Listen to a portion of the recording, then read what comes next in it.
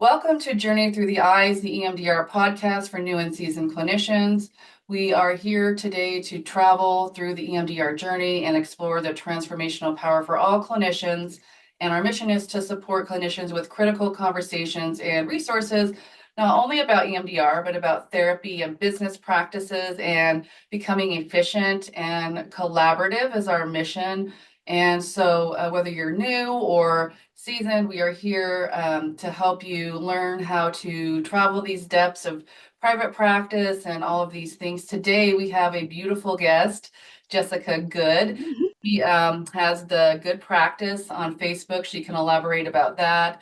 And she is here to talk to us about EMDR and financial therapy. So, would you let us know kind of where you're located at geographically and a little about yourself, and then we can kind of get going. Yeah, so I'm Jessica Good. I'm an EMDRIA certified therapist. I'm an EMDRIA consultant-in-training. I'm the owner of Good EMDR Therapy, LLC. That is actually an EMDR intensive only practice here in St. Louis, Missouri. We're focused on attachment, wounding, and trauma and how that shows up in your life as adults. In the areas of love, romantic relationships, finances, and then also family of origin stuff. So CPTSD, family estrangement, that kind of stuff. So that's my clinical practice. And then recently I've launched the Good Practice on Mighty Networks, which is this social and learning community for therapists. So it offers an alternative for everyone that wants to get off the apps, that doesn't want to, do stuff with Meta or whatever their personal thing is. And so there's a social community, and then there's also sub communities for individuals that want to learn more about business practices. And then also EMDR, because I am a consultant for both of those. And I have a lot of people that want to work individually with me, but individual, it's pretty pricey to do that. If we put everyone in a group, we do group calls and trainings and everything like that, it gets a lot cheaper for everyone. So that was my whole idea with that, is bringing more to more people, more connection, more learning.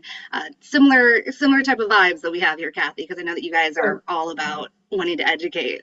Yeah, I love what you're saying. I think we're just together, you and I have a vision of creating a path for people that can become easy.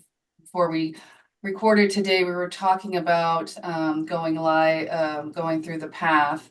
And I just wanted to say for our listeners, we will have all those links in the show notes. So if you want to find Jessica there, we will have those links here. But I want to share that this is very powerful for me today because we're talking about creating a space, a shared space where we can travel through these professional goals together.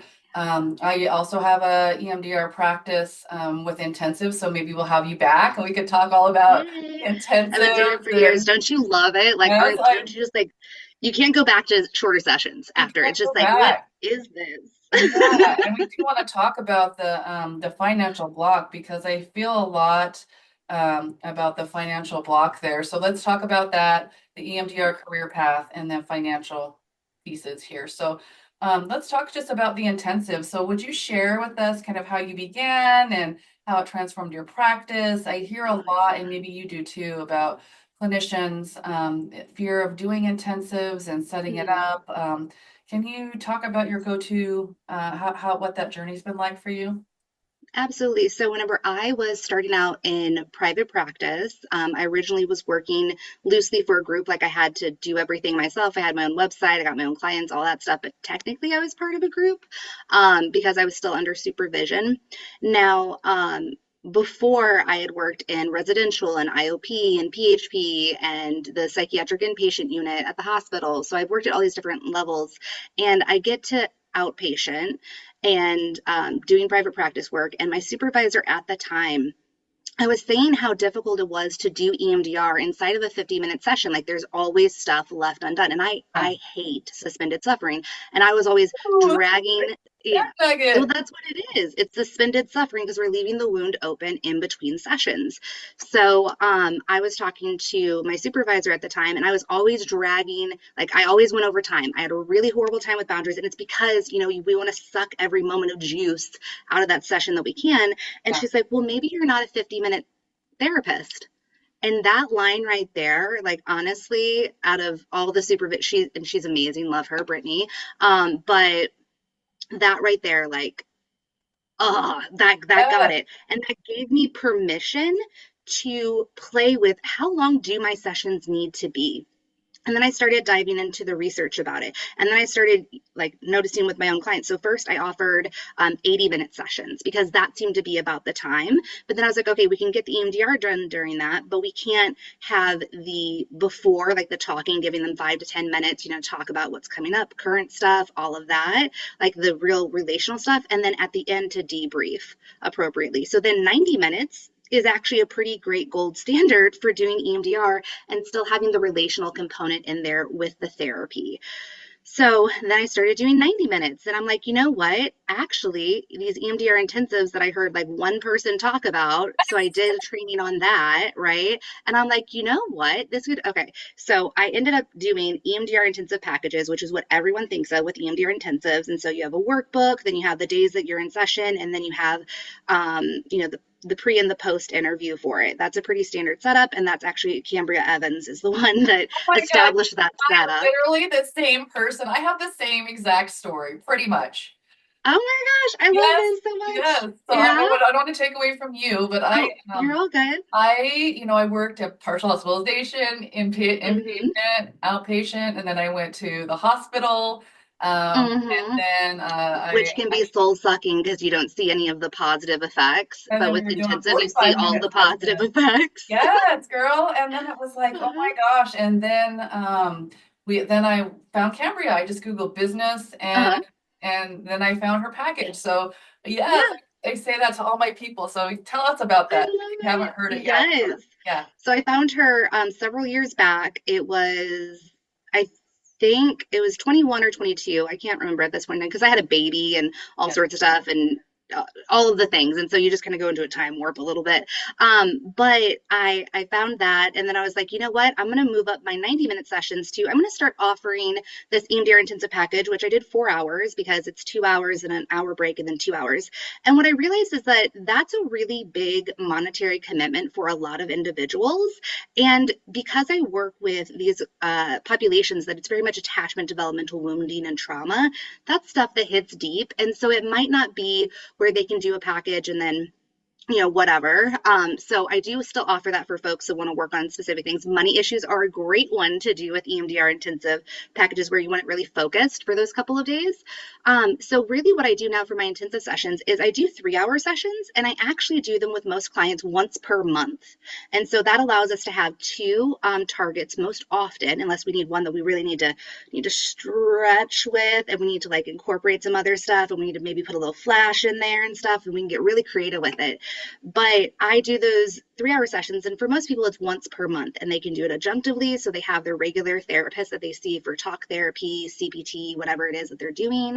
Um, and then they come and see me to do that type of specific work. So I collect a lot of complex cases actually, and so this is a way that I can do complex work with individuals, and it gives them the space that they need because I have a lot of folks that, so I've had people come to me that are highly dissociative, can't feel things in their body, almost presents like alexithymia. Combine that with aphantasia, and then people are like, well, how do you work with that? I'm like, oh no, you can. You totally can. And you can actually get progress decently quick because we have the time to play in there, which is what it is. It's curiosity, it's play that's happening in those sessions, but in a clinically sound manner. It's not like, oh, just throw something at the wall and see if it sticks. It's like, no, clinically, what can we do?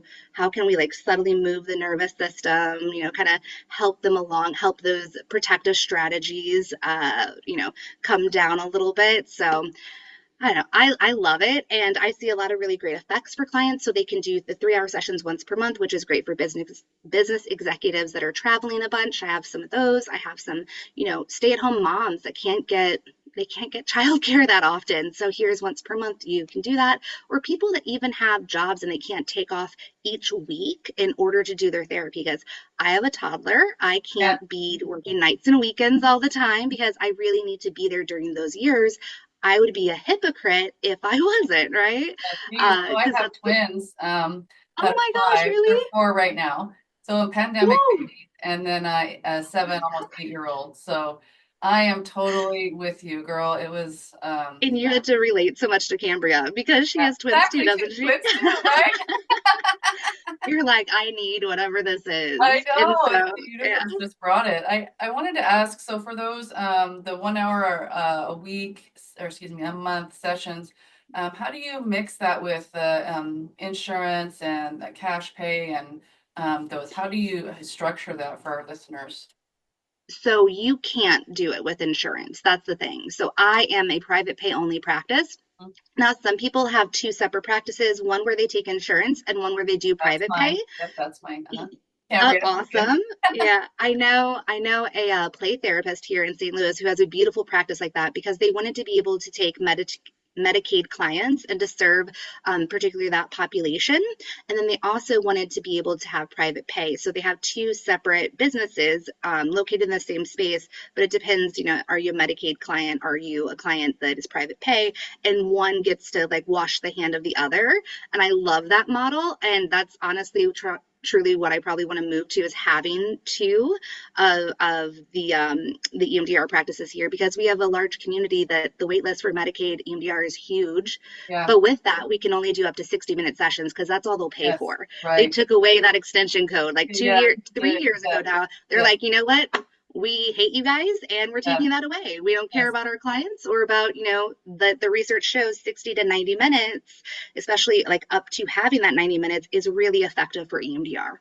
You're really impacting me right now as you're talking about this, because this is just, again, we're aligned. This is my model. So Willow But Creek you love County. nerding out. Yeah, I know. It's like, yay, I found my people.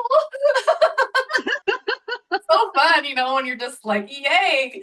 And so Uh, I had my that's how I started was just the insurance model, and I left the hospital and they're like, I don't know, Kathy, billable hours really hard. I have to call clients to get them to come in. And I'm like, but actually you don't. Like, yeah. don't. It's an abundance mindset that there is Mhm, enough. And so I just kind of, for my weekly people or people that I've seen for a long time, I specialize in grief and trauma and first responders. So for those people that can afford it or needed kind of mhm, long-term therapy, I just have that.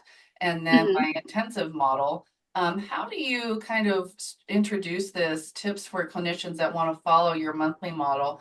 How do you discuss that with your clients that say, I can't afford this, or how do you mhm. introduce that to them that way? That's a great model. So, for clinicians, I would say do not jump immediately to a 3 hour model. If you're doing EMDR, EMDR works beautifully inside of a 90-minute session.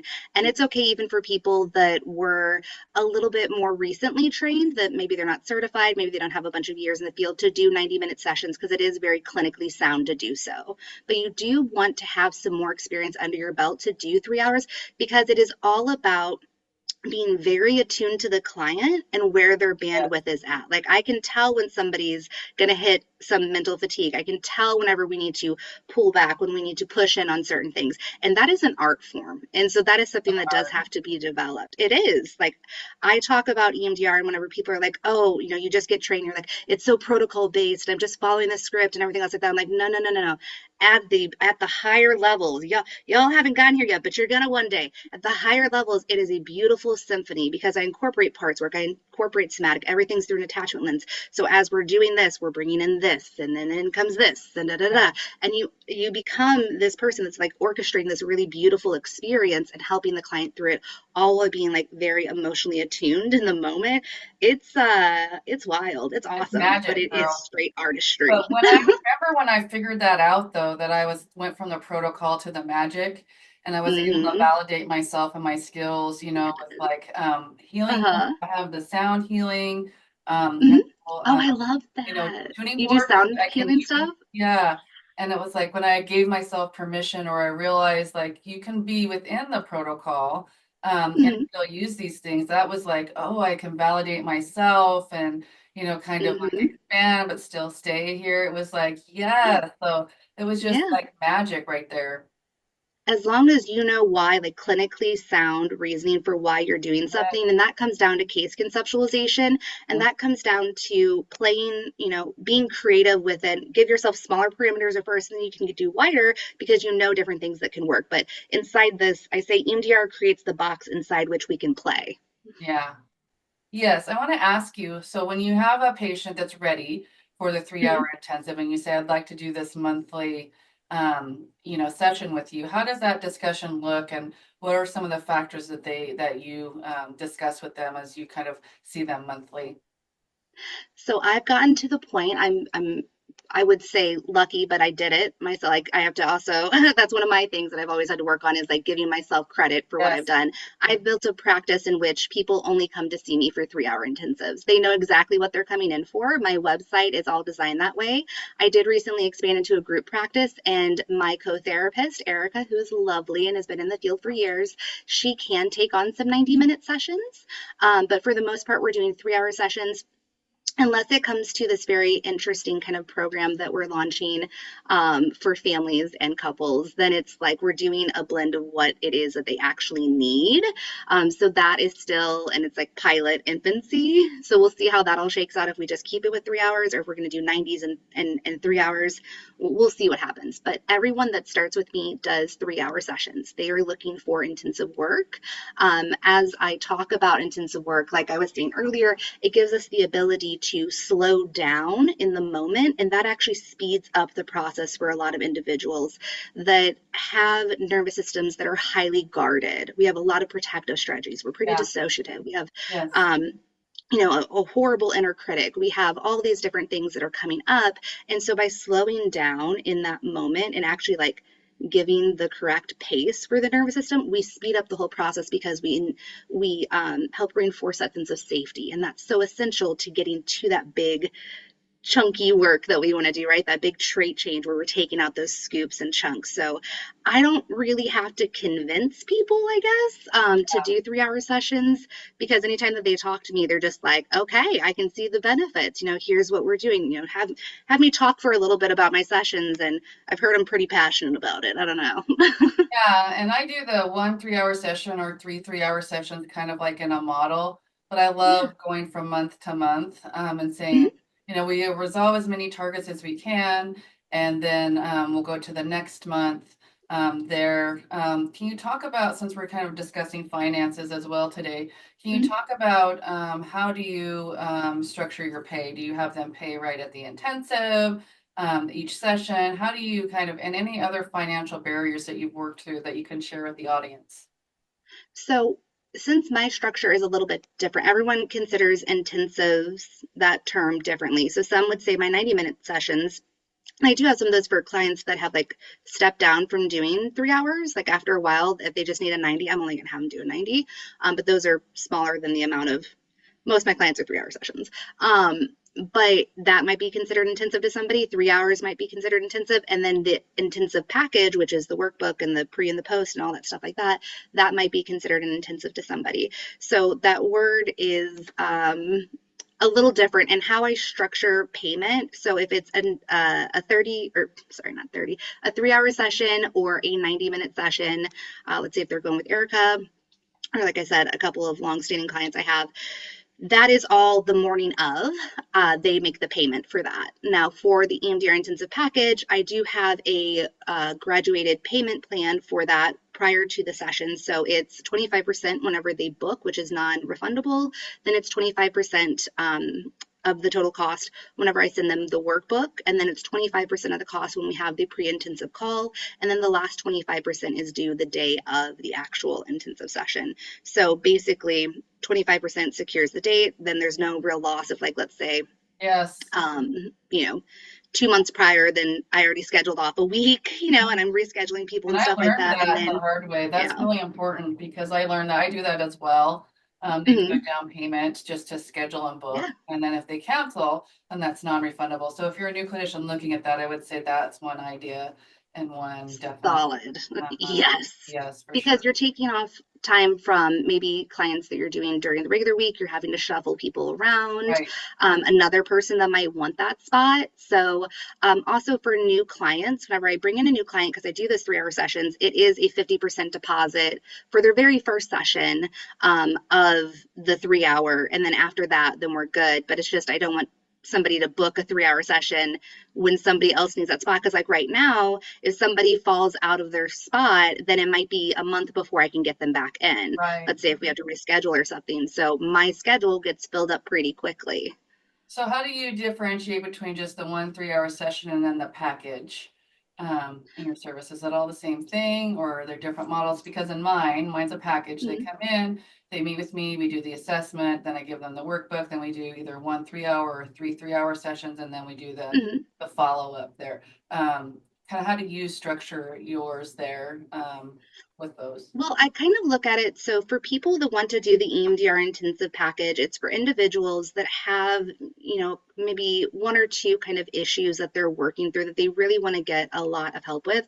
These are typically my folks that come to see me from out of town. So people from Canada, people from across the country. Like I've had people travel. And then sometimes people travel for the once a month if they can drive in to St. Louis, Missouri, where I'm located. I am licensed in both Missouri and Florida, but You. sometimes people will just straight up drive in to St. Louis to see me further once a month, and that's doable because they live within like a 6 hour kind of time frame. Um, but with those EMDR intensive packages, that's for somebody that wants to do a bit of work and then kind of be done with it. Like Yeah. maybe they want to continue with their regular therapist, and they could continue on with me if they want to, but that program, it's kind of like here's like a time box sort of thing that I have for individuals that want to do all of the work in session, right? So you're not doing a workbook, you're not doing that kind of stuff. You're doing, I say all the work. I'm going to ask you, like, give you some behavioral homework or something in between sessions and be like, let's practice this, that, or Right. whatever tool or whatnot. But doing the work, the depth of the history taking, doing all of that inside of session, if that's what appeals to them more, then that's typically the 3 hour session. So I will say, by and large, the 3 hour, and they're doing it once, maybe twice a month, that is the most popular option because people really do want to have that connection with you. Yes. And they want to get through the material quicker. So I always say when your brain's open, on when people say, why do you do it? So Simon Sinek, Mm-hmm. I love Simon Sinek. I don't know if you've heard of him. He I talks don't think so. about start with why. And so I'm really starting to lead those conversations. I just took an airplane Mm-hmm. trip and I'm thinking about if I was on a plane next to someone and they said, what do you do? And I say, I do this EMDR therapy. And it's like, no, Mm-hmm. circle it back. And I'm working on this. So let me try and practice it with you. I transform people's lives through cutting edge interventions that create lasting change. It's like, oh, Okay. what do you do? Yeah, people would be like, well, what is that? Yeah. What And does so that it's like, mean, I'm right? trying to, that's just one example. But Mm-hmm. I'm trying to say, why do I do it? I do it to create lasting change. And then when people come to me and they say, I want, why did you transform from the billable hour model to this EMDR Mm-hmm. intensive? It's like, because people are getting better quicker. I can actually say now where I could, as Mm-hmm. the other therapist, like, you've changed, you've shifted. I can take my wand and dab it on your head and say, this Uh-huh. starfish has been back in the ocean, and so it's like, Mm-hmm. yes, I can, and so that's my why. I help people change in the long term from mental health challenges, and it's like, oh, okay, and it's Mm-hmm. not just mental health, like you said, it can be uh, banker blocks, it can be performance enhancement, it can be other things too. So I'm still working on how to present Yeah. that, but I think just that attraction, right, of like creating interest, and oh, I work in finance. It's like, oh, well, that's boring. I help people create financial wealth and stability in the long term. It's like, oh, tell me about that, right? And so Mm-hmm. Simon Sinek is just one of my favorites there. And he's neurodiverse as well. And so he has Love all that. things. Um, so that's just one of the the things I wanted to explain. We talked a little bit about sort of this idea of creating services and products and Mm-hmm. financial therapy. Can you talk a little bit about um, how do you kind of decide what to do for your financial future, and when you have an idea, like when you're developing, your the good practice, and those kinds of things. How do you what advice would you give to a new therapist, maybe thinking about doing an advanced training or those kinds of things through EMDR? You said in regards to financial outlook, Mhm. or sorry, Yeah, I'm trying to get a little bit more they- specific. yeah, I understand. So it's like, I know my question's like a visionary. It's all But I good. wanted to say, like, if you're a therapist considering making additional financial income and thinking about products or services you could offer, Mhm. where do you suggest they start? Well, I think it really goes to, what is, I don't know if anyone's read the book. What is, I can't remember the name of the book, but like your zone of genius, right? So there's things that you're good at, there's things that you're excellent at, and then there's your zone of genius. And what is the name of that book? For some, I've had this happen so much this last week, that tip of the tongue sort of thing. It's like I literally read it a few months ago. But it's where are the things that you naturally are already doing, that you're connecting with, that you're passionate about? Because it's really hard to get yourself to work more and not burn out Yeah, if you don't like something. So you need to do something that you're a natural fit for. So for me, whenever I was like, hey, you know what? I'm just going to launch a whole community for therapists. You know what? Yeah, why not? And that's honestly how I take a lot of my life. I'm like, hard could it be? Let's, the yes, jokingly, right, yes, like the Elle Woods, what, like it's hard, type thing. I love that, like that can do spirit. But whenever I was thinking about that, it's because I already had so many people coming to me for business consulting. I had people coming to me for EMDR clinical consulting. I'm like, how can I get all these people into one space? And how can I help them more cost effectively? And how can we like really enhance this experience of all of this for them, because it's very lonely? And how can I do it in a way that's really focused on clinical excellence and also the human that they are, because we're all therapists, but we're humans. So I really love connection. I really love nerding out and learning about stuff. I love all that. So I'm like, all right, we're going to do a community. And then I am a TikTok therapist. If anyone has ever seen me on there, it's lovely. I go live and talk about psychoeducation, all that fun stuff. So being on there and there being the ban that happened and all of that and the upheaval and then people wanting to get off Meta, I'm like, you know what? I already have this space that I'm paying for because I pay yeah, monthly for it. I'm going to develop into these sub communities where people, it is a paid membership. Let me just offer this social aspect of it because it's so cool. It's just like a social media, like a Facebook feed, but better. And then there's events and there's all sorts of things you can do. And I have a referral section and there's a resource site. There's all sorts of cool stuff. Let me offer it for free, at least for 500 people. I was like, after 500, I'm going to charge about 99 cents per month just so I can maintain it, right? Because it's gonna become a beast at some point, right? And I'll have to have like people moderating and everything else like that. But I was looking at what I was already doing, what I was already good at, what I enjoyed, what people were naturally seeking me out for, what felt, really passionate for me, what I just like was like, yes, let's like do this. I love, the nerding out, the connection, all that. And then that's what I transitioned into with that. And with my practice going from doing the standard therapy model, like 50 minutes to 80 minutes to 90 minutes to 3 hours and 4 hour sessions and everything, that was, what do I need in this, like what's good for my clients and what's good yeah. for me and where am I naturally flowing. If you just really open up to where am I naturally already going, where am I naturally already putting my energy, what doesn't feel like work as much to me, that is where your genius is. That is, just cruise along that line and you will find what it is that you're supposed to do. I think you had said something. So we were talking about the EMDR career path, and we talked about the path to becoming a trainer. And so I just want to, Mm-hmm. I mean, I'm very, and then I'm on the path right now, right? So I haven't, Yeah. I submitted my application. I submitted it in January or February of last year, and then now the EMDR International. So we went through all the things, and what happened with Mm-hmm. me was, I was actually writing a refresher course for an online, Uh-huh. like a self-study course. Oh And yeah. so I was looking up for my refresher course some of the questions for the quiz, and I found the Mm-hmm. basic training quiz from EMDRIA, and I thought, oh, I got all this, and so it was just very validating, and so I could Boop. actually There's a like, light bulb oh, right that I there. did it, and so when I Uh-huh. talked about this myth of these things being unreachable, and so I remember a consultant I worked with, and I was just very new, Mm-hmm. I was either being certified, I think I was being certified.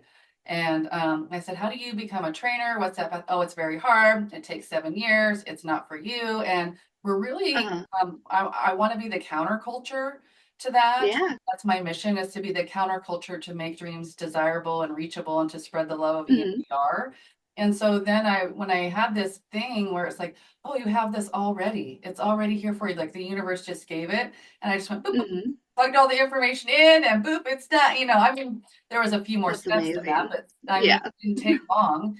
And so, now I'm in that process where I've submitted the application and we're just waiting. It's been a long waiting period. And now they're going to turn it Yeah. into an online system where they'll have a curriculum design person. And I think what you had shared as some of the feedback is it wasn't linear. So I'm happy they're doing that Hmm. process so it can be linear. But really, my mission is to help that be attainable. And Yeah. like you, I love your idea of like taking that path and creating a product out of it. Like, let me help you. Hmm. Give you these insights, or this would be so easy to do.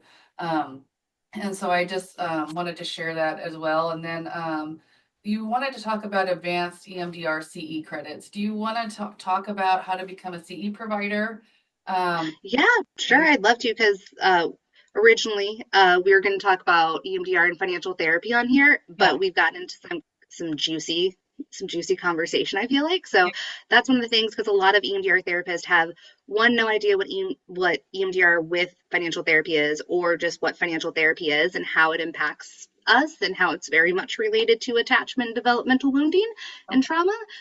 So I would, yeah, please tell me more about how I can do that. No, it's just I think you're you create a course on that, right? Okay. And I'm like, oh, okay, I'm going to. And so my experience was, you get certified, and I was like, I want to be a trainer. I have a background in education. I have EMDR University where we travel through the cohorts and experience Uh, because I felt like the certification and the consultation process were here's the requirements. But again, it was disjointed. There was no community. There was no mm-hmm. place to go. And so I created this community to where we can travel through as a cohort and get all these questions answered. You have peers Uh-huh. letters of reference. You're comfortable. And so building that sense of ease and confidence. And so I was like, okay, so if I was to build an EMDR course, what would I do? What would I was like, duh, you already have Mm-hmm. a certification as a thanatologist, which is a specialist in grief. And I was like, duh. That Uh-huh. was my first training of like, what do you already do well? And so just Uh-huh. validating that process for yourself. It's just a simple application. You do have to Mm-hmm. be, write your course objectives and references. You Mm-hmm. can actually go on AI at u.com, which I pay for, and they'll give you references on your topic within the last 5 years for APA. So that cuts out like so much of the research part that I was doing initially. So that's a really good golden nugget that'll just pull up research articles for us Love that are that. just like, boom, here it is. And it's like, so making it easier to do Mm-hmm. that and just know it's reachable. You do have to have a certain mind. You have to have objective course content, Uh-huh. kind of structured. But also too, the other thing I would say is I started out with Kajabi, my Mm-hmm. learning platform, which also has a community in it. I'm thinking Mm-hmm. about how to use. I still kind of divine downloading that, but Mm-hmm. I transitioned to CE Go, and Mm-hmm. they do all the CE management for like the Mm-hmm. NBCC credit. So when I became an NBCC provider, I had to input all of that stuff into Kajabi, where CE Go, they're built for that. And Mm-hmm. so that would be another recommendation is to find a platform that you can put some on-demand trainings on. Mm-hmm. You're finding your niche, you're developing your objectives, you're finding the content to support it. You can start Mm-hmm. small. I think they just increased the fee to like $125, and then you record it, and then Mm-hmm. you do the on-demand training for it, and then you just like, rinse and repeat, Wow. right? And so then CE Go, when you submit your MBCC credits, you can just run a report and submit it. Whereas in Kajabi, I would kind of had to put the pieces together. Like for example, on their Mm-hmm. certificate, there wasn't a place for like a phone number or this or that. And so Mm-hmm. an automation that's sent out, whereas CE Go, it's all there, everything they wanted, every question. And so for me, it was a little bit more That's nice. valuable, but I still have Kajabi for some things. And so you kind of have to figure out what learning management system you want. And I Uh-huh. wanted all my CE stuff in one spot so I can just run a report, have it done. Mm-hmm. A website for you, so it took out my website time. It took out all Mm-hmm. of it did everything for me. And so all the stuff I was kind of like technically going through in Kajabi, like, Mm-hmm. on email, like, oh, that wasn't supposed to go out. It's just all done for me. So the ease in my mind of being a new provider, Uh-huh. I would say try it out. And start there. And then, or maybe you already have a learning management system like Thinkific or something like that. You have what do you Nope, Mighty not currently. Mighty Networks has courses and everything, and technically you can do like the the quizzes and everything like that through that. But I want to check out CEGO because there's obviously very specific things that they want to know how you're managing Yeah, those certificates and everything else like that. and you don't have to do it. It's all done for you. And what Yeah. they do, you put the information in, just populates on a website. Here's your courses. Like there's none of that. I don't have to do that or pay an assistant to do that. Hmm. And it's all, the same thing over and over. And so I really like that. It is a little bit Hmm. more, but also to, so you pay $5 per person and then they take Hmm. out the fees like Stripe. And so Okay. that's per day. So if we're doing a multi-day course, like we're doing our Hmm. summit um, Hmm. in May, that will be, you have to pay for both days for all the participants. So it just kind of Makes depends on sense. where you're at financially, the way your brain works. But like my brain, like we have talked about, goes in different areas and different things. Uh-huh. They just put the information in and it does it. It's like that mental health, like experience of anxiety and making sure it's all correct for this Hmm. it's like, boom, do it. Please do it Love till I that. get like better Love at it. that. So the learning management system part is a little bit of that CE provider component, but also validating like Hmm. people want to know like and trust me. And probably Hmm. likely already have something, but like I'm an Hmm. educator. I love educating and sharing like pathways. Like it doesn't have to be that difficult. Um, Hmm. that's just kind of how I am. So I wanted to ask if there's any other kind of financial recommendations or tips for our audience that might benefit them in their practice as they lead to financial well-being, whether it be intensives or just in private practice or developing a training. Do you have any tips for our audience there? I think it really just depends on the individual. And I am sorry, coughing 1 second.